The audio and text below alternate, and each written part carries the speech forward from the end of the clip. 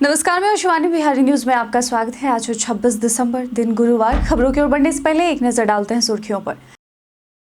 मुख्य सचिव ने सिंचाई योजना के दिए निर्देश। सिंचाई के लिए छोटी योजनाओं का क्रियान्वयन जल संसाधन कृषि विभाग के समन्वय के साथ होगा काम। बिहार में अंचल कार्यालयों की रैंकिंग, सिवान के हसनपुरा अंचल कार्यालय ने टॉप किया। टॉप 10 में वैशाली और बांका के कार्यालय भी। बीपीएससी छात्रों पर लाठीचार्ज, पुलिस की लाठीचार्ज में घायल हुए छात्र। विपक्ष ने भी छात्रों के समर्थन में किया प्रदर्शन। नीतीश कुमार का आज शिवहर में प्रगति यात्रा। शिवहर में विकास योजनाओं का करेंगे उद्घाटन। 230 योजनाओं का शिलान्यास भी करेंगे सीएम नीतीश। बिहार में मुफ्त एम्बुलेंस सेवा, आकस्मिक स्थिति में 102 पर करें कॉल। राज्य स्वास्थ्य समिति की एम्बुलेंस सेवा। बिहारियों की पर्यटन में पहली पसंद बनी धार्मिक स्थल। सबसे ज्यादा वाराणसी जाना पसंद कर रहे हैं लोग। अंतर्राष्ट्रीय यात्रा के लिए यूरोप बना आकर्षण का केंद्र। भारत और ऑस्ट्रेलिया का बॉक्सिंग डे मुकाबला। भारत के लिए एमसीजी पर जीत की चुनौती। बॉक्सिंग डे टेस्ट मैच में किसका पलड़ा भारी। अब चलिए बढ़ते हैं बिहार की 25 बड़ी खबरों की ओर विस्तार से। आईटीबीपी भर्ती 2024 के लिए आवेदन शुरू। भारतीय तिब्बत सीमा पुलिस बल आईटीबीपी ने हेड कांस्टेबल और कांस्टेबल के 51 पदों के लिए भर्ती नोटिफिकेशन जारी किया है। इच्छुक उम्मीदवार आवेदन कर सकते हैं। आवेदन की अंतिम तिथि 22 जनवरी 2025 है। हेड कांस्टेबल के लिए 7 पद और कांस्टेबल के लिए 44 पद आरक्षित हैं। उम्मीदवारों की आयु सीमा 18 से 25 वर्ष के बीच होनी चाहिए। हेड कांस्टेबल पद के लिए 10+2 और कांस्टेबल पद के लिए 10वीं पास योग्यता आवश्यक है। हेड कांस्टेबल के लिए वेतन 25,500 से लेकर 81,100 रुपए और कांस्टेबल के लिए 21,700 रुपए से लेकर 69,100 रुपए प्रति माह होगा। आवेदन शुल्क 100 रुपए है, जिसमें एससी, एसटी और एक्स सर्विसमैन को छूट दी गई है। अधिक जानकारी के लिए आधिकारिक वेबसाइट recruitment.itbpolice.nic.in पर जरूर जाएं। नीतीश कुमार का आज शिवहर में प्रगति यात्रा। बिहार के मुख्यमंत्री नीतीश कुमार 26 दिसंबर को शिवहर जिले में प्रगति यात्रा के दौरान 230 विकास योजनाओं का शिलान्यास और उद्घाटन करेंगे। इन योजनाओं की कुल लागत 187 करोड़ रुपए है। कार्यक्रम पिपराही प्रखंड मुख्यालय और मसौढ़ा पंचायत में होगा। मुख्यमंत्री पिपराही में पंचायत सरकार भवन, खेल मैदान और अमृत सरोवर का निरीक्षण करेंगे। शिवहर के डीएम और एसपी ने तैयारियों का निरीक्षण किया है। वहीं दूसरी ओर मुजफ्फर के चंदवारा पुल का निर्माण 2014-15 में शुरू हुआ था। रिपोर्ट के मुताबिक यह 2018 तक पूरा होने का अनुमान था, लेकिन भूमि अधिग्रहण और अन्य कारणों से काम में देरी हुई है। अब खबर यह आ रही है कि 2024 तक पुल का निर्माण अधूरा है और 2025 में उद्घाटन की योजना है। मुख्यमंत्री के 27 दिसंबर के दौरे से पहले पुल के अर्धनिर्मित हिस्से पर रंग रोगन का काम तेजी से चल रहा है। अधिकारियों का कहना है कि भूमि अधिग्रहण की समस्याएं सुलझा ली गई हैं और नया साल पुल के उद्घाटन का होगा। सुदूर क्षेत्रों के लिए नई सिंचाई योजनाएं। अब बिहार में सुदूर क्षेत्रों की सिंचाई जरूरतों के अनुसार जिलों में विशेष योजनाएं बनाई जाएंगी। इसके लिए पहले जिलों का सर्वे किया जाएगा और संबंधित जिलाधिकारियों को योजना चयन की जिम्मेदारी दी जाएगी। जल संसाधन, लघु जल संसाधन और कृषि विभाग के बीच समन्वय बैठक होगी और इन तीनों विभागों के सहयोग से संभावित योजनाएं चिन्हित की जाएंगी। मुख्य सचिव ने इन योजनाओं के कार्यान्वयन के लिए निर्देश दिए हैं। बड़ी परियोजनाओं के साथ साथ छोटी योजनाओं को भी ध्यान में रखा जाएगा, जैसे छोटी नदियों को जोड़ना और जलाशयों का निर्माण। इस योजना का उद्देश्य हर जिले की विशिष्ट जरूरतों को ध्यान में रखना है।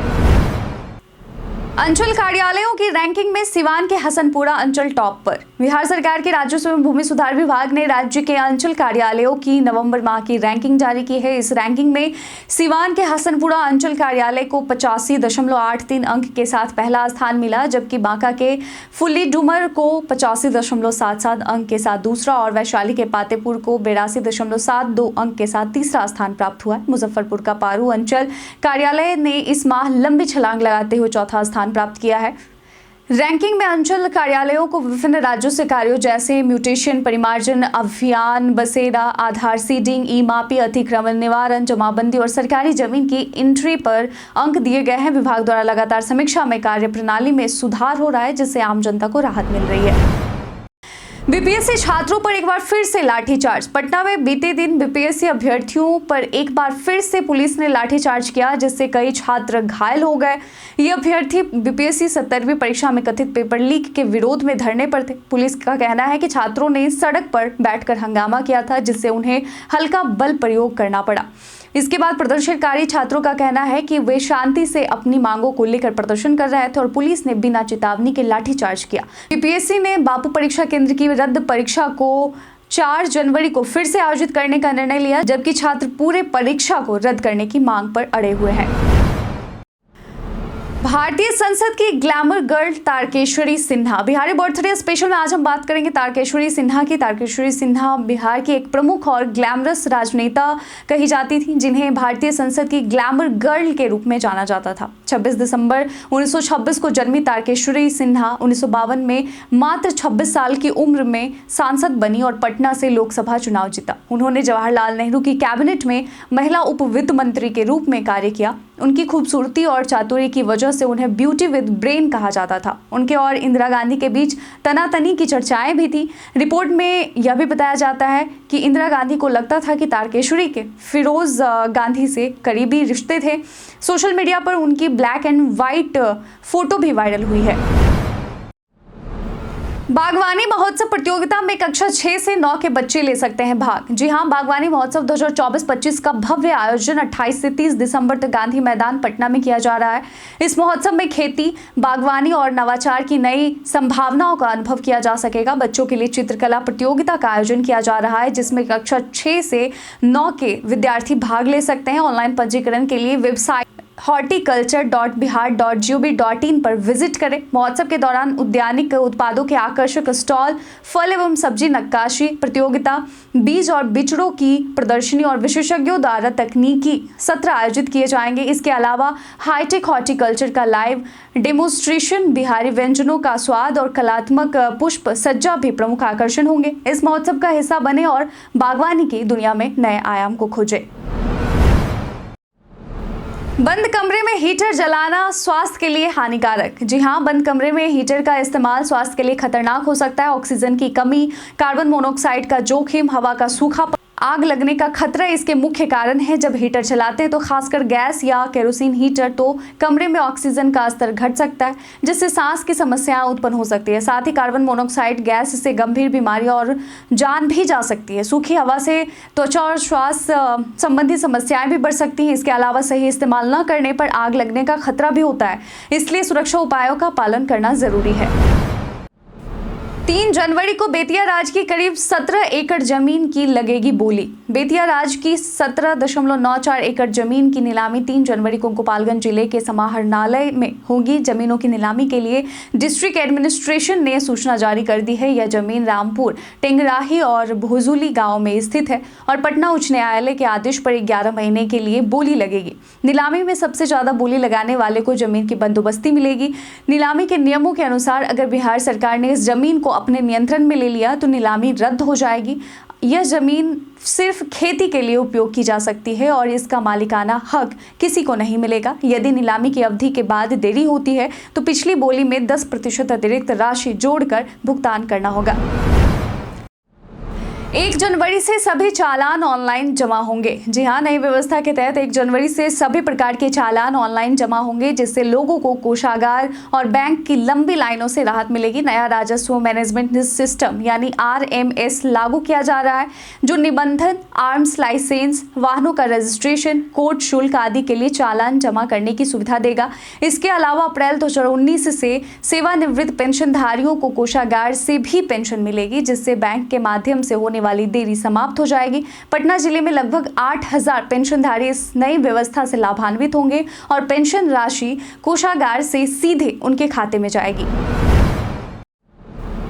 मुफ्त एम्बुलेंस सेवा, आकस्मिक स्थिति में 102 पर करें कॉल। बिहार सरकार ने स्वास्थ्य सेवाओं को बेहतर बनाने के लिए एक महत्वपूर्ण कदम उठाया है। राज्य स्वास्थ्य समिति बिहार द्वारा शुरू की गई मुफ्त एम्बुलेंस सेवा लोगों को आपातकालीन स्थिति में त्वरित मदद प्रदान करती है। इस सेवा का लाभ उठाने के लिए नागरिकों को सिर्फ टोल फ्री नंबर 102 पर कॉल करना होता है, जो 24/7 उपलब्ध है, यानी 24 घंटे उपलब्ध होगी और सप्ताह के 7 दिन। यह सेवा सभी सरकारी अस्पतालों के लिए निःशुल्क उपलब्ध है, जिससे मरीजों को अस्पताल पहुंचाने में किसी भी प्रकार की कोई परेशानी नहीं होती। आकस्मिक परिस्थितियों में घबराने की आवश्यकता नहीं है, क्योंकि आपातकाल में एम्बुलेंस की मदद तुरंत मिलती है। यह पहल विशेष रूप से ग्रामीण क्षेत्रों में रहने वाले लोगों के लिए सहायक सिद्ध हो रही है।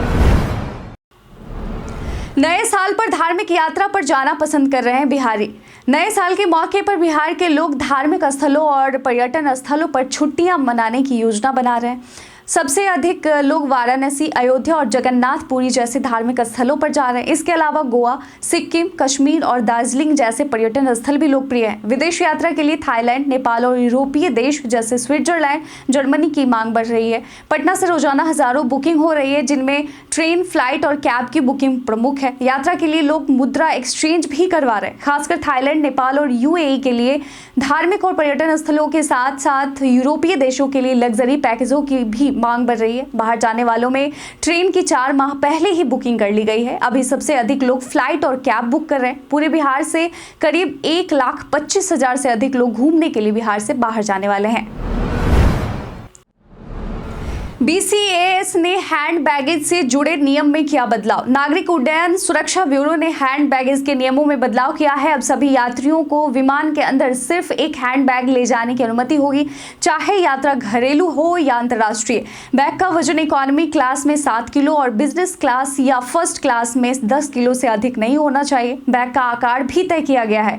एयरलाइंस के तय नियम के मुताबिक हैंड बैग का टोटल डायमेंशन ऊंचाई में 55 सेंटीमीटर यानी 21.6 इंच, लंबाई में 40 सेंटीमीटर यानी इंच में 15.7 और चौड़ाई में 20 सेंटीमीटर यानी 7.8 इंच से अधिक नहीं होना चाहिए। 2 मई 2024 से पहले टिकट बुकिंग करने वाले यात्रियों को इस नियम में छूट मिलेगी। अतिरिक्त पर्स या लैपटॉप बैग का वजन 3 किलो से ज्यादा नहीं हो सकता है। बिहारी पर्यटन में आज हम बात करेंगे राजगीर की। अगर नए साल पर बिहार में कहीं घूमने का प्लान बना रहे हैं तो राजगीर तो अपनी लिस्ट में जरूर रखिएगा। जी हाँ, बिहार के नालंदा जिले में स्थित यह एक ऐतिहासिक और धार्मिक स्थल है और प्राचीन संस्कृति और प्राकृतिक सौंदर्य का अद्भुत संगम है। यह स्थल भगवान बुद्ध और महावीर से जुड़ी कई महत्वपूर्ण घटनाओं का गवाह रहा है। राजगीर का वातावरण शांति और सुंदरता से भरा हुआ है, जहां हरे भरे पहाड़ों और प्राचीन गुफाओं के बीच विभिन्न मंदिर और धार्मिक स्थल स्थित हैं। यहां के प्रमुख आकर्षणों में Vishwa Shanti Stupa, glass bridge, zoo safari, cyclopean wall, hot springs, Ghoda Katora झील और बिम्बिसार का खजाना शामिल है। पर्यटक यहाँ रोपवे और पहाड़ों की ट्रैकिंग का भी आनंद ले सकते हैं। राजगीर दिल्ली से लगभग 18 घंटे और पटना से लगभग 50 किलोमीटर दूर स्थित है। यह स्थल न केवल ऐतिहासिक दृष्टि से महत्वपूर्ण है, बल्कि प्रकृति प्रेमियों के लिए भी एक बेहतरीन गंतव्य है। नए साल में कड़ाके की ठंड की संभावना। बिहार में दिसंबर के अंत में मौसम में बदलाव देखने को मिल रहा है। राज्य का न्यूनतम तापमान सामान्य से अधिक और कड़ाके की ठंड अभी तक नहीं पड़ी है। मौसम विभाग के मुताबिक 27 से 29 दिसंबर तक कई जिलों में हल्की बारिश और घने कोहरे का अलर्ट जारी किया गया है। पश्चिमी विक्षोभ के सक्रिय होने के बाद नए साल के पहले सप्ताह में ठंड बढ़ सकती है। बक्सर, भोजपुर, पटना, गया समेत अन्य जिलों में बारिश और शीतलहर की संभावना जताई गई है। इन क्षेत्रों में न्यूनतम तापमान 10 से 14 डिग्री सेल्सियस के बीच रह सकता है। पटना में शराब तस्कर के घर छापेमारी। पटना के बुद्धा कॉलोनी थाना क्षेत्र से पुलिस ने गुप्त सूचना पर छापेमारी करते हुए 280 बोतल शराब, 2 laptop, 2 tablet, 16 screen touch phone और 6 कीपैड मोबाइल बरामद किए हैं। आरोपी रोहित, जो चोरी के सामान और स्मैक भी बेचता था, पुलिस को देखते हुए फरार हो गया। पुलिस उसकी गिरफ्तारी के लिए छापेमारी कर रही है। बुद्धा कॉलोनी थाना के थानाध्यक्ष सदानंद शाह ने बताया कि अपराधी रोहित फरार हो गया है, उसके पीछे टीम को लगाया गया है, बहुत जल्द ही उसकी गिरफ्तारी कर ली जाएगी। चांदी की हॉलमार्किंग की हो रही तैयारी। जी हां, चांदी की हॉलमार्किंग की तैयारी चल रही है, जिसके तहत चांदी की शुद्धता की गारंटी देने के लिए HUID यानी हॉलमार्क यूनिक आइडेंटिफिकेशन नंबर का उपयोग किया जा सकता है। फिलहाल सोने की हॉलमार्किंग के जैसे ही चांदी पर HUID लागू करने की प्रक्रिया पर काम हो रहा है। हालांकि चांदी पर हॉलमार्किंग के लिए कुछ तकनीकी समस्याएं सामने आ रही हैं, जैसे कि चांदी की सतह पर HUID जल्दी खराब हो सकता है। सरकार इस समस्या को हल करने के लिए प्रयास कर रही है। चांदी पर हॉलमार्किंग लागू होने से ग्राहकों को शुद्ध चांदी खरीदने की गारंटी मिल सकेगी, जैसे सोने की हॉलमार्किंग से होता है। 6 जनवरी को नई मतदाता सूची होगी प्रकाशित। बिहार में 243 विधानसभा क्षेत्रों की मतदाता सूची के विशेष पुनरीक्षण का कार्य अंतिम चरण में है। नाम जोड़ने, हटाने, त्रुटि सुधार और पते में बदलाव के आवेदन 1 जनवरी 2025 तक निष्पादित होंगे। बूथ लेवल ऑफिसर्स यानी BLO ने घर घर जाकर मतदाताओं की जानकारी ली और बूथों का सत्यापन किया। 1500 मतदाताओं पर एक बूथ सरकारी भवन के भूतल पर बनाने का निर्देश दिया गया है। वहीं 29 अक्टूबर तक कुल मतदाता संख्या 7.72 करोड़ थी, जिसमें पुरुष 4.04 करोड़, महिलाएं 3.68 करोड़ और थर्ड जेंडर 2171 थे। सभी त्रुटियां दूर कर 6 जनवरी 2025 को अंतिम मतदाता सूची प्रकाशित की जाएगी। पप्पू यादव का बिहार सरकार को अल्टीमेटम। बिहार लोक सेवा आयोग BPSC की 17वीं प्रारंभिक सिविल सेवा परीक्षा में गड़बड़ी और पेपर लीक के आरोपों को लेकर बिहार का सियासी माहौल गरमाया हुआ है। पूर्णिया के सांसद पप्पू यादव ने बीते दिन मीडिया से बातचीत के दौरान नीतीश सरकार को चेतावनी दी है कि यदि BPSC परीक्षा रद्द नहीं की गई तो 1 जनवरी को बिहार बंद किया जाएगा। पप्पू यादव ने BPSC की पूरी परीक्षा को रद्द कर नए सिरे से आयोजित करने की मांग की है। उन्होंने सरकार से सभी परीक्षा केंद्रों के CCTV फुटेज सार्वजनिक करने की भी अपील की है। इससे पहले 13 दिसंबर को पटना के बापू सेंटर पर हंगामा हुआ था, जिसके बाद 4 जनवरी को पुनः परीक्षा कराने का निर्णय लिया गया। गिरिराज सिंह ने नीतीश कुमार को भारत रत्न देने की मांग की। केंद्रीय मंत्री गिरिराज सिंह ने बिहार के मुख्यमंत्री नीतीश कुमार को भारत रत्न देने की वकालत की है। उनका कहना है कि नीतीश कुमार ने बिहार को बदहाली से उबारकर एक ऊंचाई तक पहुंचाया है। गिरिराज सिंह ने बिहार में NDA के नेतृत्व में 2025 विधानसभा चुनाव की भविष्यवाणी की और विपक्षी दलों पर निशाना साधा। उन्होंने लालू यादव के जंगल राज को याद करते हुए कहा कि बिहार की स्थिति अब पहले जैसी नहीं है। इसके अलावा गिरिराज सिंह ने बांग्लादेशी घुसपैठियों के खिलाफ चेतावनी दी और देश भर में उन्हें चिन्हित करने की आवश्यकता जताई।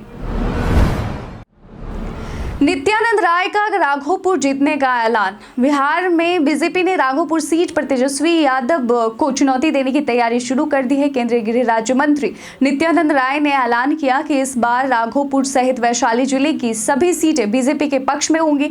हाजीपुर में अटल बिहारी वाजपेयी की जयंती पर आयोजित कार्यक्रम में उन्होंने बताया कि वैशाली में बीजेपी के 3 विधायक हैं और 2020 में 4 सीटों में 1 सीट हारी थी, लेकिन इस बार राघोपुर भी जीतना है। बिहार के स्वास्थ्य मंत्री मंगल पांडे ने सुशासन की महत्वता पर जोर दिया और अटल जी के योगदान को याद किया और बीजेपी ने सुशासन दिवस मनाया।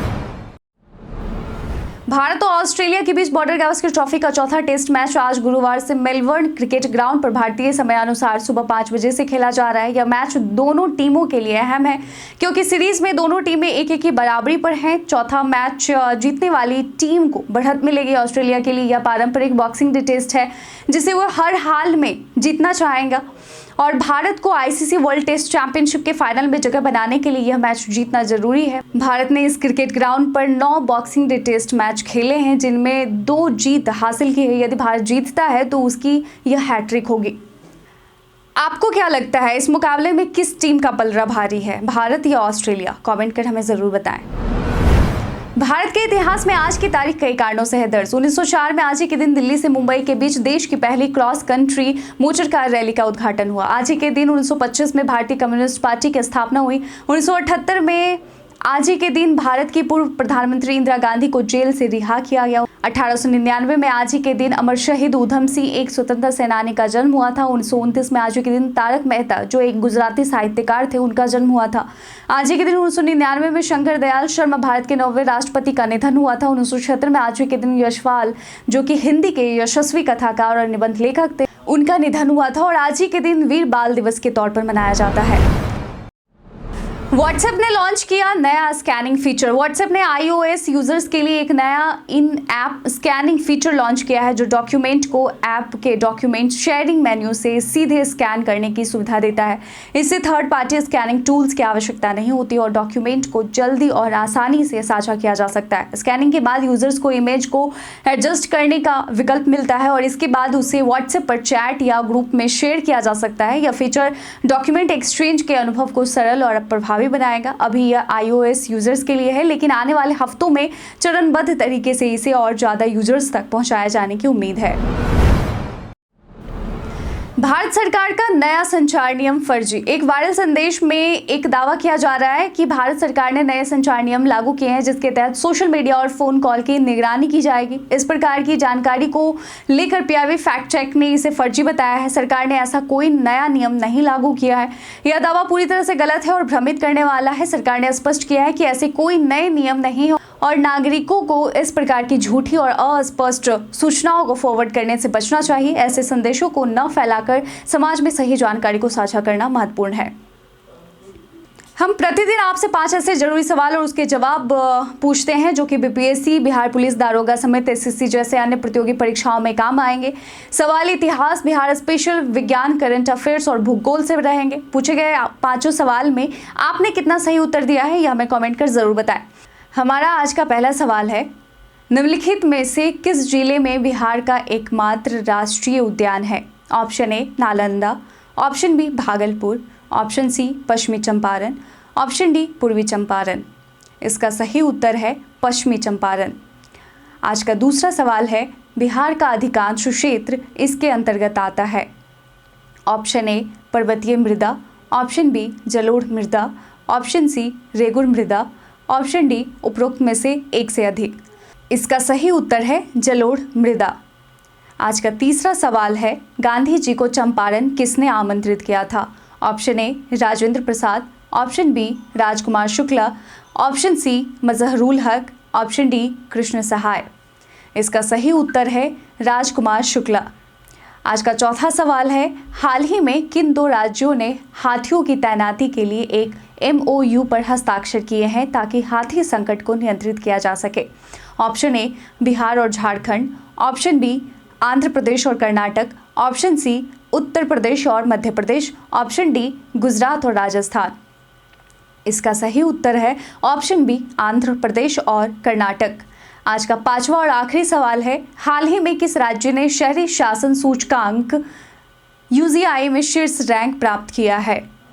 Option A Odisha, option B Maharashtra, option C Kerala, option D Karnataka. इसका सही उत्तर है ऑप्शन सी केरल। बीते दिन हमारे द्वारा पूछे गए सवाल का आप लोगों में से बहुत लोगों ने अपना जवाब में कमेंट सेक्शन में लिख कर दिया था। जिन्होंने पूछे गए सवाल का जवाब दिया है उनके नाम है अब्दुल मनन, अमित कुमार, राजीव कुमार, सरोज कुमार, राम बाबू दास, मोहम्मद शाकिर हुसैन, राकेश मिश्रा, रविशंकर, अतीक खान, नौशाद रजा, विभा कुमारी, कामेश्वर सिंह, पंकज कुमार और रोशन कुमार। इसके साथ ही बढ़ते हैं आज के सवाल की ओर। आज का सवाल है, नए साल पर क्या आप भी कहीं घूमने का प्लान बना रहे हैं? अगर हाँ तो आप कहाँ घूमने जा रहे हैं हमें कमेंट सेक्शन में लिखकर जरूर बताएं। आज के बुलेटिन में बस इतना ही। बिहार की तमाम खबरों के साथ अपडेट रहने के लिए देखते रहें बिहारी न्यूज़ और साथ ही अगर आप YouTube चैनल पर देख रहे हैं तो चैनल को सब्सक्राइब करें और अगर आप Facebook पेज पर देख रहे हैं तो लाइक और फॉलो करना ना भूलें। धन्यवाद।